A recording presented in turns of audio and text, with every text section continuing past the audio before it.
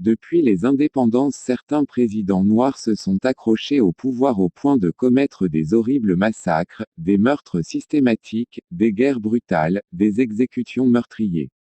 Ces crimes ont été souvent mandatés par l'Occident avec la complicité des chefs rebelles ou des présidents africains. Et oui, la complicité des présidents africains. Accrochez-vous et découvrez avec nous 5 présidents les plus meurtriers de l'histoire de l'Afrique.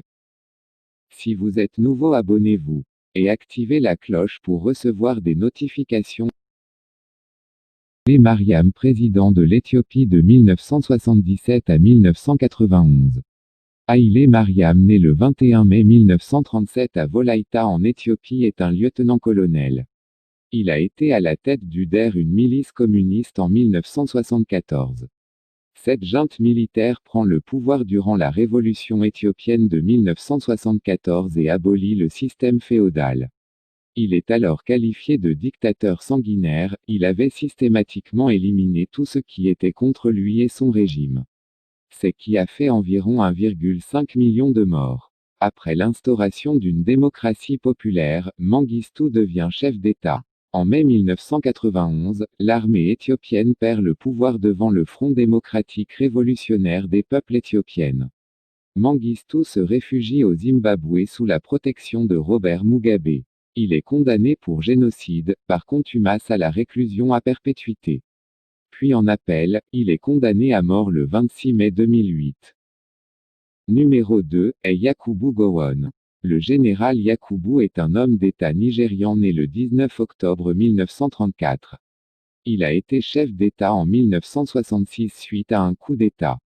Le général a dirigé le Nigeria de 1966 à 1975. Cette période est marquée par la guerre de Biafra qui a fait 100 000 morts du côté soldats et 1 million de civils, ce qui fait de lui le deuxième président le plus meurtrier de l'Afrique. Numéro 3. Le président Idi Amin Dada est le troisième président le plus meurtrier de l'Afrique. Idi Amin Dada, tout juste promu au grade de général. Il fait arrêter plusieurs ministres, suspend la Constitution de 1962 en abolissant le fédéralisme et les royaumes. Il se proclame alors nouveau président et institue un régime présidentiel à parti unique. Le président Mutsa est contraint à l'exil au Royaume-Uni où il meurt en 1969. Son régime sanguinaire est marqué par la torture, les exécutions extrajudiciaires, la corruption et la persécution ethnique.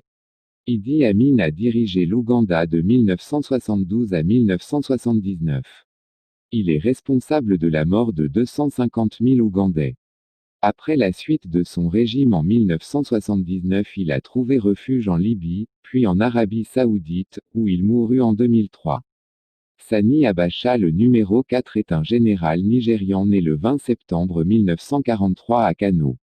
Le vendredi 27 août 1993, Babangida démissionne de la présidence après avoir annulé les résultats d'une élection présidentielle démocratique remportée par le candidat civil Moshood Abiola. Sani Abacha, qui était un proche collaborateur de l'ancien président, est nommé ministre de la Défense d'un gouvernement de transition installé. En novembre 1993, Abacha se proclame chef de l'État, supprime toutes les institutions démocratiques, et remplace de nombreux fonctionnaires civils, par des militaires. Il nomme alors un conseil de gouvernement provisoire constitué de généraux et de fonctionnaires de police, qui doit superviser un conseil exécutif fédéral constitué de civils en vue.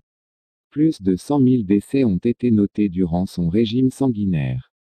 Alors que le pays sombre dans la corruption et la misère, Abacha mort le 8 juin 1998 d'une crise cardiaque. Le président de la Guinée-Conakry depuis l'indépendance. Ahmed Sékou Touré, né en janvier 1922 à Farana, descendant de Almami Samori Touré, devint président en 1958. Son objectif premier est de se débarrasser de la France. Il déclare son Parti démocratique de la Guinée PDG d'être le seul parti légal dans l'État et jugé dès lors comme un dictateur. Il a été nominalement élu à de nombreux mandats de 7 ans. Il avait emprisonné plusieurs leaders de l'opposition. Sékou Touré est mort le 26 mars 1984 à Cleveland. Selon Amnesty International, 50 000 personnes auraient été tuées par son régime de 1958 à 1984, mais selon Africa Cradle, 100 000 à 150 000 ont été tuées pendant le régime de Touré. Ce qui fait de lui le 5e de cette liste. C'était tout, à la prochaine.